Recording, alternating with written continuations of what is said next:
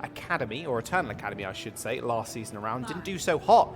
But guaranteeing themselves playoffs this season, that's going to give them a lot more energy and invigorate them going into the next week. Yeah, there's going to be fire in their belly, whereas British Hurricane, they're going to be counting on Bucket in this case for the veterancy, for stability of those calls. He is going to, of course, be maintaining this 3 support backline with Dan Ed and Yofi that's been around for a while. The front line of British Hurricane may be a little bit more messy. They're going to need to coordinate with Suna, who's picked up the Sombra here. He's going to be looking for some hacks, possibly onto Ding, possibly onto Chow, who's swapped over onto this Torbjorn and wants to deny a lot of space.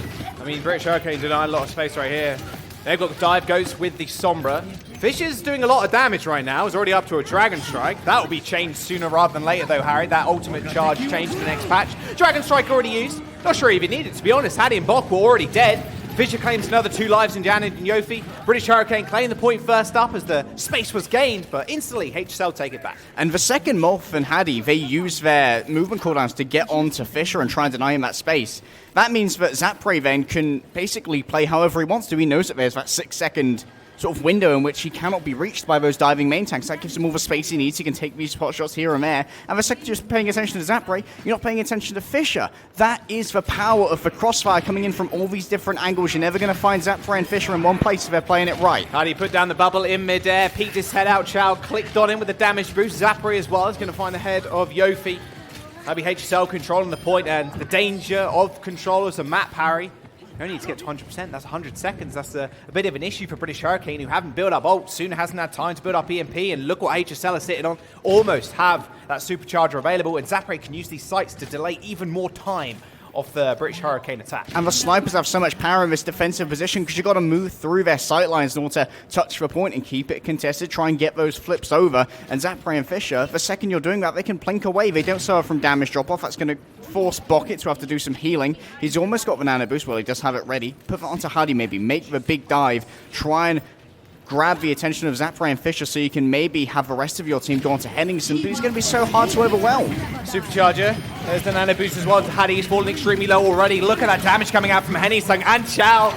Ding's going to unleash the whole hog too. Molfix instantly biting the dust, and now HSL are vying for more point pressure. British Hurricane have got nothing on the point right now. They've got the rally going off, Harry. He's doing a whole bunch of work, but Hattie, their main tank's already dead. Bok is going to finish him up as well. Chow can just run amok now. He's got the Mo and core, and this just might be all over. Suna has taken, what, almost 100 seconds to build up an EMP, Harry. HSL have 90% now. Unacceptable generation right here, and they committed to that fight, so HSL are now in last fight territory. 5 seconds, and guess what? The point is covered in lava. If you get on here, you're going to get burned. There you go, instantly Molfig dragged on. Baby Diva doesn't stand a chance. OT ticking through, but the EMP comes out in the end. Dragon Strike from the back line as Fisher just easily deals with Bok. It's going to be all over already. Yofi's going to go down. Hurricane, they get 7%, but it might as well have been 100-0. HSL will claim downtown. Yeah, it feels like HSL just gave away those first 2 percentage points because they're like, Fisher's at 91%. We'll just wait until we have a Dragon Strike then and retake the point. They won every fight there so cleanly. And it's always a worry, right, when you replace a roster member, especially an off-tank who has to synergize with a main tank who hasn't really synergized with the rest of your roster yet, because it's been tumultuous for British Hurricane. They've lost so much of his veteran presence that's made them a powerhouse over the last few seasons. But yeah, something I did say at the start was that Hattie fit in this roster fairly well, but like you said, if you're adding an additional player into the mix, seemingly throwing stuff off for the start of this series, but can all come around just yet. Control is a harsh mistress, Harry. Like we said, you normally, when you gain control of the point, it's way harder for the attackers to kind of build up ult charge. The stat win percentage on someone winning a control is up in the 60s if you take that point first. And now, Hattie and Molfig, they no longer want to play on that dive tank duo. If it requires a lot of synergy, they're going to something a little bit more basic, but with a lot more pick power. They've got the Orisa, they've got the Robotog. The same will be mirrored on HSL Esports, but British Hurricane, they want to bring out more DPS. They're going with the Torbjorn and the Mei, the Comp of Ice and Fire, whereas HSL, they want to play on that Hanzo. That's a lot of shield break potential, more than a Mei. Beautiful pick off though onto Bok. That's exactly the one you wanted to go for. Hardy is going to go down, and Yofi was actually misreads. But Hardy actually got taken out there, so he didn't actually have a choice. He was like, well, I better res Bok. Okay, instantly hit that E key. Hardy's dead now. Well, we actually lose the fight regardless. No healing output, obviously, from the Mercy while she's doing that. Turret in the back line. for Daned. He's actually camping the spawn right now, but Fisher is going to be able to keep him here for a fair while. Oh, think thin, Daned. Think thin. He's using the overload, but he could be overwhelmed here. They need to kill him before he gets back to spawn, and this means British Hurricane are running low on that time. It's ticking up 20%. HSL are in this same position again. They can lock down every path of ingress with this long-range damage. Fisher, no damage drop-off. The same for Zapre. You are taking so much damage for a tank while moving through these because you're playing an Orisa with a static shield. Beautiful start to the fight, though. Sooner takes out Zapre.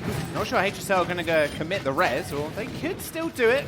Askov is still holding near the point, however. Ding does go down as well, so 2 people up now for HSL. I say that, Zapre gets instantly res there.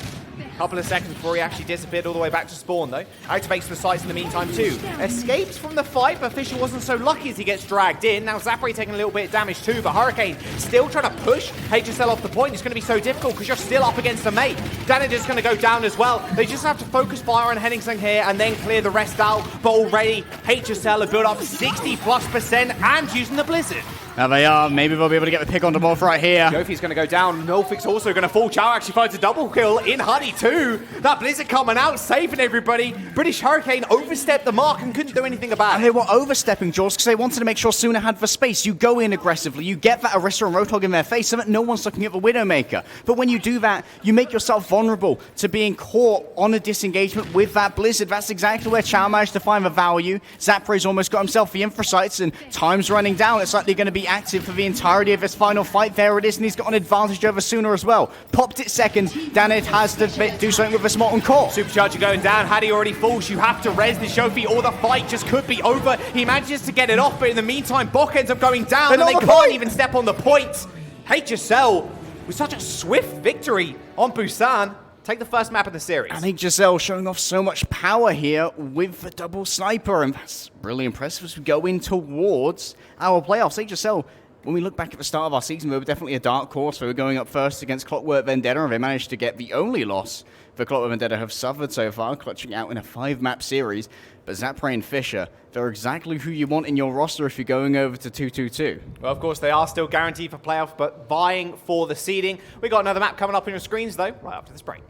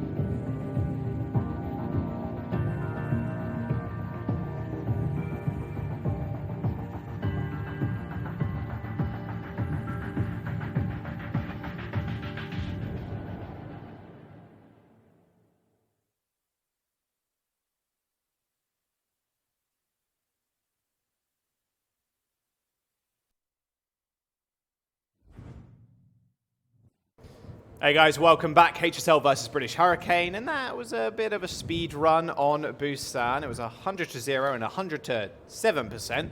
British Hurricane only managed to claim that first cap on the very first rotation. I gotta say, HSL looking pretty fire. Like you said before we jumped into the break carry, 2-2 locks coming up in the playoffs. This is probably the best roster you could honestly hope for if you're HSL. You've got some of the meanest snipers in the game. Yeah, and also in 2-2 lock, like we saw from NYXL for basically the entirety of Season 1 of Overwatch League, having a fragging support is a huge boon to you. And when I think of fragging supports in EU, Ding is one of the first names that comes to mind, right? He's definitely pathetic in his name, in that he always dings those heads with the orbs, and he's a really good Ana as well. He's up there with Zupe, sort of like the top tier of those flex supports. We move over onto Paris, though. I'll have to see if British Hurricane can try and turn this around, but if I'm looking at defensive Pharah, defensive Widow, Fisher and Zapre again. It's going to be very difficult to break through that. Yeah, they're looking rather strong right now. We do get to see what they come out on the defense. I can imagine it's going to be someone like Double Sniper. Can obviously throw the Mei in there as well. Chow's Torb's not too bad either. The true flex in Chow. There we go. So, okay, it's going to be single support, triple DPS. Not going to be able to play this in playoffs, of course, but does mean they can flex it a little bit here. Chow, of course, very familiar with the Mei from his time on CIS Hope and Windstrike, where they basically only played the Mei version of Goats, which was pretty strong for them to start off with until people started to crack the comp and actually figure out how it worked. Yeah, you know he's been onto the line. He's on the line to Kenzie to go, boop, boop, boop, boop. Hey, Kenzie, okay, what's the Mei trick, my dude? I need to know what's going on here. The Mei strats. British Hurricane going to be rolling out once again. Hadi on the Orisa. They're not playing with dive tanks. They think that this choke is a little bit too difficult to get through without a shield. Very smart, but they have been outplayed by the tank combo on HSL thus far. Sparker is in, the Widow specialist, but is he enough to deal with Zapre? Suna got outperformed. Suna's Sombra as well. Not exactly the greatest of assets for British Hurricane thus far. They are going to run the triple tank for British Hurricane, but they've got Moth on his signature Diva, which will allow for some of those eats of Holtz, but you've got to eat them coming in. Come on, Moth. Yeah, nice little first pick onto Hadi. Zapre kicking a couple of heads as well. You've got to think about the shield pressure coming through from HSL right now. They've got, of course, Fisher. Chow can obviously right-click it also, and the defensive capabilities of the Mei is also strong too. If you get hooked in, you can block it off with a wall. You can separate the team as well as they come through the choke. There's so much the Mei can do on this map. Yeah, the utility of having the extra geography you can bring up at your will is not to be underestimated when you're looking at that Mei. And you can see Zapre and Fisher, they're both playing it smart. They're playing it very safe behind the shield. They don't want to allow for Sparker to get an early pick to give away that advantage for free when they can just play it a lot more consistently in this area. Attempted hook over the wall, didn't quite work out. Then didn't have to be a little bit more careful of that. Metallic Field already used. Oh, that was not a great ice block there from Chow, yeeting himself into the enemy team. Nice little eat on the hold though. That's not too bad for British Hurricane. Still moving around rather slowly, destroying that shield, going for the hooks. Hook line and sinker not quite working out this time around. Henningsen now dropping to the floor. Another hold going a little bit wide. And now finally, the window's online. Danid with the insta-kill onto Chow, using those storm arrows. Ding's going to go down as well. And now big rotation time for British Hurricane. Chow ends up getting back up. He's got halfway towards the Blizzard. Not sure he's going to have that online to try and save the team as Danid quickly takes care of it. This one trick, who said that? Danid getting a lot of value here, but Fisher's trying to trade it out. But still, British Hurricane, they're going to claim this point. They're going to be able to move forward with a lot of resources in their bank. Sparker is going to have to take the long run back, unfortunately. He's got the back spawn, but he can use this Infrasight Jaws in a very good way to synergize with how Danid's going to use his Dragon Strike. And also, this allows for Bucket to go for hooks, knowing where people are, without having to invest Hadi's Holt. That means Hadi's Holt can be saved to try and combine with Danid's Dragon Strike. It's one of the more popular combinations we've seen enter common usage over the last few months of Overwatch. It's been a bit dormant since our Season 1 finals, but it's back again. Thanks to the shield's getting actually demolished. It's kind of scary. Sparker's got the sight, so is Zapre, so they at least know where each other are. There's the window once again. Immortality Field coming through. Nice little ice block from Chow there to save himself. The Fisher's counter Dragon Strike will find a couple. Danid and Sparker going down. British Hurricane don't really have much left. You might as well donate yourself to the river. There we go. They're all jumping in. And one of the best things about running this Baptiste as well, Harry, on this map, where are you going to come from? Oh, these very small chokes, which you can plant window at, which we can shoot through. And guess who does really well at that? Well, it's the snipers. Hunter does 1 billion damage with Storm Arrow if you're firing through. Then Widow's going to one-shot your tank as well. Yeah, we saw Danid do a 500 damage arrow headshot onto a Mei. You're not going to be able to survive that, unfortunately, no matter how much rally armor you have or otherwise protection being afforded. Zander has the damage boost as well. This is going to allow him to build up very quickly towards the next infra site. And we see British Hurricane there moving Yofi over onto that Mercy. Chow's in the back. He's gone himself a blizzard. Danet didn't actually see him. Danet, how has he not seen him? He's been frozen. He's heard him. He knows he gets him with his Sonic Arrow instead, though. All right, okay. Chow has been snuffed out. He's going to be able to get back to spawn from rather quickly, though. Fisher is going to find the kill onto Danet. Flank in hands are not working out well for them so far, and the Supercharger has been expended as well. Hurricane using almost all of their ults. They do kill off Henningstung here, but realistically, the spawn's in favor of HSL. There's so much more damage that can be done to a composition that loses one on the offense. You're not going to really be able to sustain through it all. We knew Chow was coming back as well with ults, so if they did need to use that, they could. British Hurricane unloading all ults just super early. Yeah, and HSL, they answer clutch with clutch. When Danet gets the early pick, just gets a headshot onto Chow. Sure, we'll just wait for Fisher and Zander to get something back. And Henningstung sacrificed himself onto a point to make sure they're not getting that first tick over, because he knows that the space can be bought by giving Zander and Fisher room to work to allow Askov to get that res afterwards. And now Askov's rewarded. He has himself that Valkyrie ready to go. Everyone can get extra healing or the extra damage boost. And you know Ding, he's going to be stalking away as Zander looks to go for an off angle. Most of the time, these snipers have been playing together on Paris, not trying to go for these crossfires, so mixing it up could be a bit of a surprise. Pretty scary as well. Instantly, Danet goes down. He's got those infosites as well now activated. Self-destruct on the side. Mix with that Blizzard as well. No really running from this. The Dragon Strike wasn't even needed. He just hooked him straight in. Yofi was already caught up, and he ends up going down as well. HSL invest a little bit into that fight, but they still have that whole hold to deal with the incoming fire from Hurricane. It's kind of good that Hurricane only invested the self-destruct there. You see that Blizzard come out, you're like, okay, dry fight, guys, no worries, we're just going to go again. Okay, the British Hurricane are once again in position. I talked about as they claimed first. They can combine, oh, maybe not.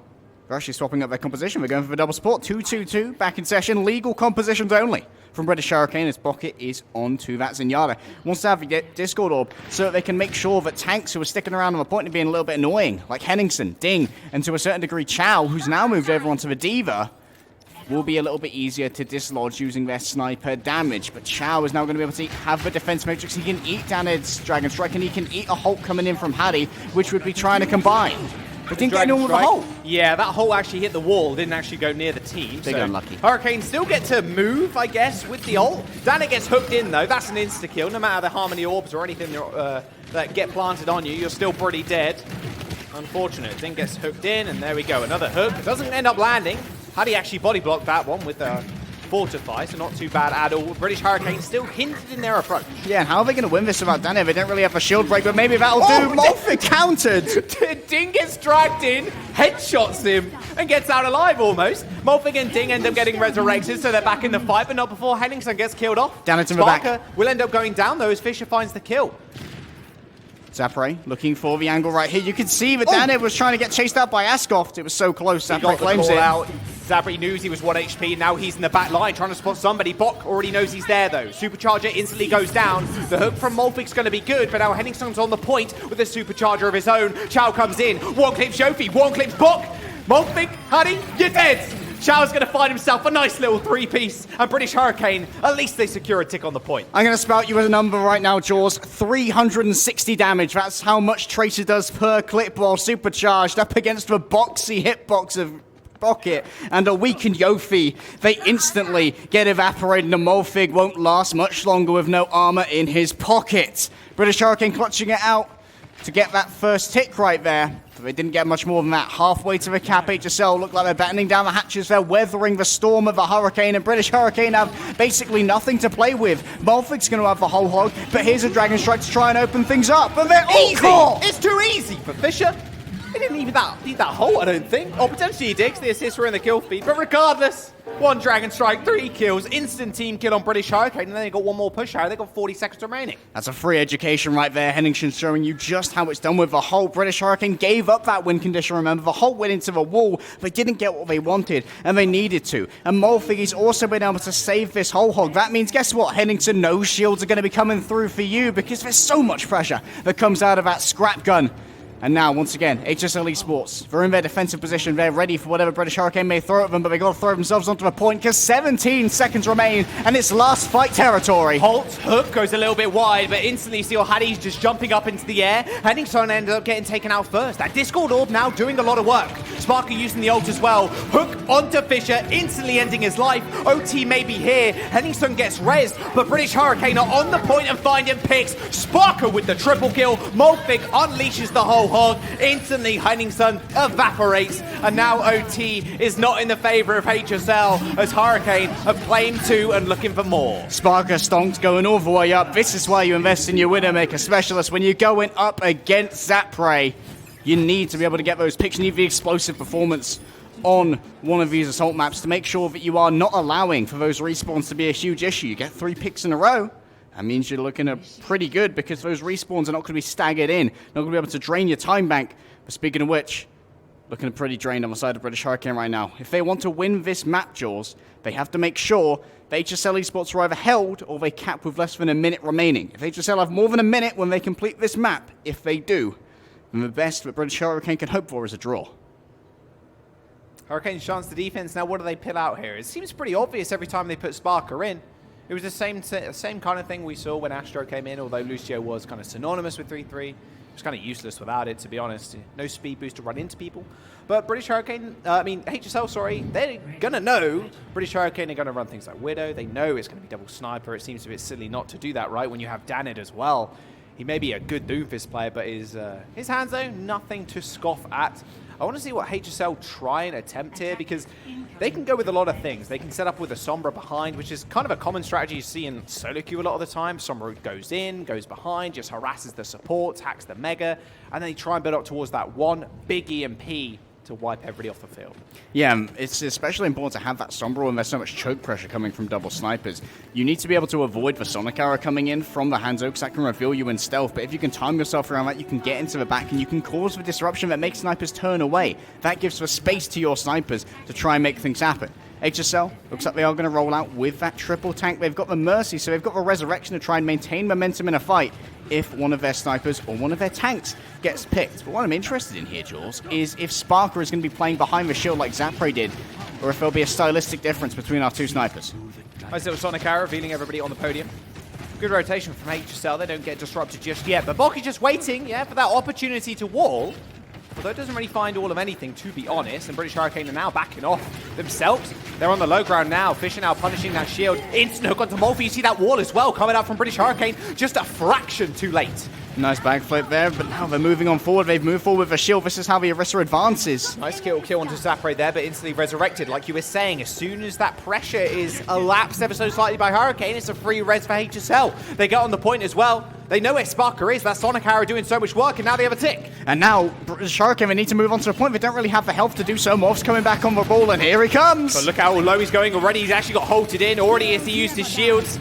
He almost had 1 billion health, but Fisher, Storm Arrows, that's a whole lot of damage. South facing away so he can't get headshot as well by the May, and Zapray's just there clicking heads. Molfik's going to go down to Askoff of all people, and HSL have already cracked the defense of British Hurricane. But it's not all bad news. British Hurricane do have 2, almost 3 ultimates ready for their defense. Molfig, he's going to go over onto the Roadhog, wants that extra pick potential, and also the extra damage onto the shield jaws. They need that to try and break through Henningsen's defenses. Thus far, he's been very much winning out the shield war, it looks like. Bucket wants that Blizzard, of course, but Fisher and Zapray, they're happy to just not commit just yet. They can poke, they can get their own ultimates, draw equal with British Hurricane. They know that Danid and Sparker have done a lot of damage to their tank line, and they need to catch up. Fisher's got Dragon Strike online pretty soon as well.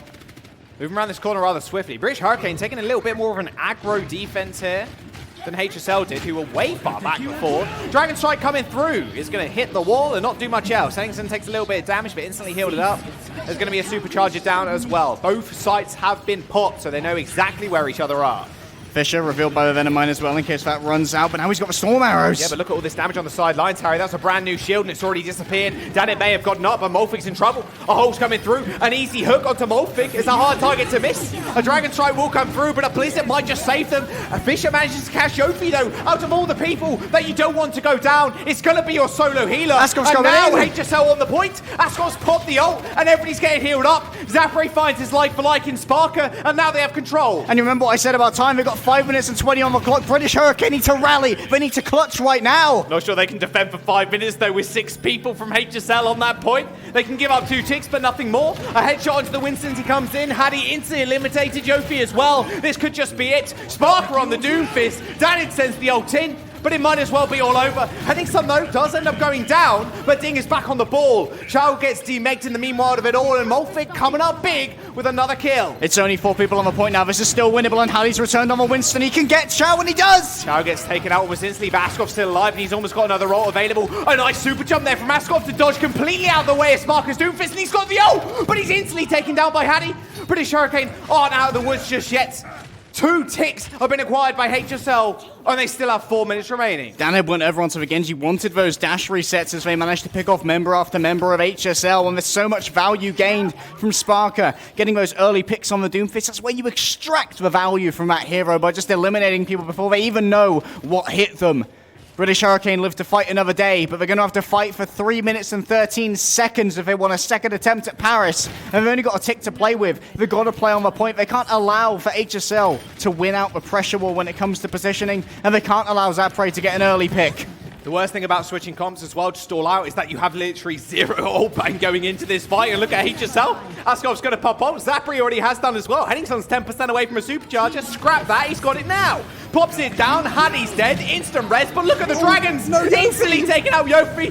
Zapre's going to find Danid as well. And now Hurricane found himself in the same position as they were before. 3 ticks acquired, and HSL will complete round 2 with time left in the bank. And now Hurricane, they're looking down the barrel of a 3-minute 38 time bank or something close to that, and they need to play it for the draw and try and make this into a best of 3. But it's not going to be easy, especially when we've seen the speed with which these teams take the first point. When you're looking at such high skill heroes like Widowmaker and the skilled masters at the controls of Zapre and Sparker, you know that they're eventually going to be getting those headshots. They're going to be getting those picks. British Hurricane, they did do reasonably well on the first defense compared to HSL. But will they be able to do enough? We see a lot of shield pressure coming out from HSL. They're really concentrating on winning out the shield war. Occasionally, they'll invest a couple of Widowmaker shots into it as well. 120 damage will mean that you can get that shield down a second faster. And with Orissa's huge uptime for shields, every second that that's down, in addition, is a huge disadvantage to your team. British Hurricane has switched up their comp completely. Decided, I think it's a bit too useless maybe to go Orisa Hog versus Orisa Hog. We are losing it in the neutral. Now they're just jumping onto 3-3. No Zenyatta to be found, though. We do have an Honor on field instead. Does mean they expect HSL to come out with this bunker comp. Makes a whole lot more sense. Anti-Nate can basically win a fight for you as well. There's no instant pick potential on the side of British Hurricane. HSL, they've got the pull hook. They've got double sniper as well. We'll have to wait and see if they want to change up, though. And only looking at this, HSL, they know they could just go over to a Sombra, put down some point pressure. Only Molfik has the burst mobility to get over there, start contesting. They've only got a singular tick to play with. British Hurricane get revealed by the Sonic Arrow. That means they no longer have the essence of surprise. And HSL may decide, yeah, look, there it is, Zapre on Sombra. Go back to point. The British Hurricane are going to be ready to meet you there. And we are going to see. Yeah, Fishes change over to the fire as well almost instantly. It's like, okay, you ain't got no range damage now. You got the Div, you're going to send it to me? Bok, you're going to concentrate your damage instead of healing your team? I don't think so. Well, they do have the double projectile poke. That's going to mean anyone who gets hacked by Zapre is going to take a huge amount of damage. The same can be said, of course, of Askov and Fisher in the air. Bocket's on the main duty there for trying to deal with them. But the second that the rest of the team start taking damage, he needs to look elsewhere. They've already got time on the point. Look, British Hurricane's so scared to actually come out, and Yofi's already dead. No speed boost now available. No AoE heals. Bocket's in Sleep trouble. missed. You've already used your nade, buddy. You've got to run. Luckily, you got Hattie at your back. Zing ends up going down, but instantly resurrected by Askov because there's no real follow-up, because there's no Lucio available. And now Zapre has 50%. He only needs 1 EMP, and this is basically all over for Hurricane. And what's the value of Hardy's shield here? He isn't able to shield his main DPS in this spot in Vizaya. Bog's already dead as well. Chow with a quick and clean headshot, and now you've got almost no heals. Yofi may be back, buddy, but your main healer's already dead.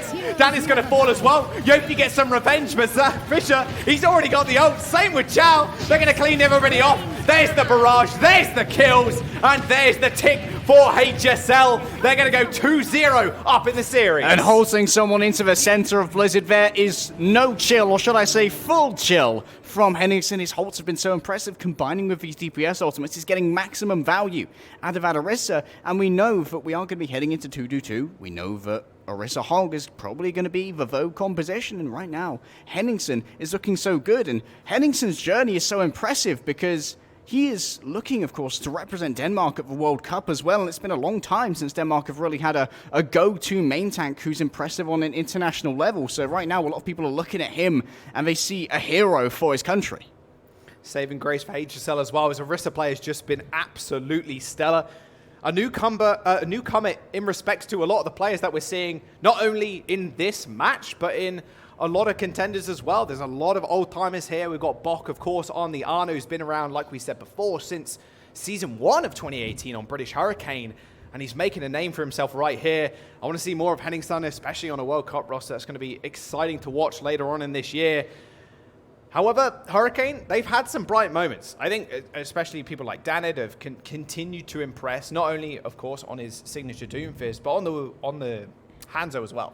Yeah, and the clutch factor as well for British Hurricane is definitely still there. We saw that when they tried to get that defense going with 5 minutes left on the clock. They managed to make it happen. And personally, I think you might want to keep Sparker in for the remainder of the series, to be honest, because it seems unlikely to me that you're going to be able to go for that 3-3 matchup, and that's where you definitely prefer having Suna, who seems to be the greater Zarya out of the pair. You want to have someone who can sort of like exchange these shots with Zapray, because it seems like HSL, we're in no hurry to swap over. It's like, okay, cool. We'll just continue playing DPS, because we know we're going to have to do this for playoffs, so we might as well be practicing it now. There's no point in us trying to go over to that 3-3. What's the best practice time? Well, it's in officials. Yeah. Why would you practice it in high pressure environment? Press it officials, right? Yeah, exactly that. And if that pressure gets relieved fairly early on, it's pretty easy from there to just kind of sit back and relax and do what you're doing now. We saw them kind of clean sweep British Hurricane on Busan already, and now we're seeing Paris as well. Same old story. It's time for British Hurricane to get back in the series, though, but not after this quick break.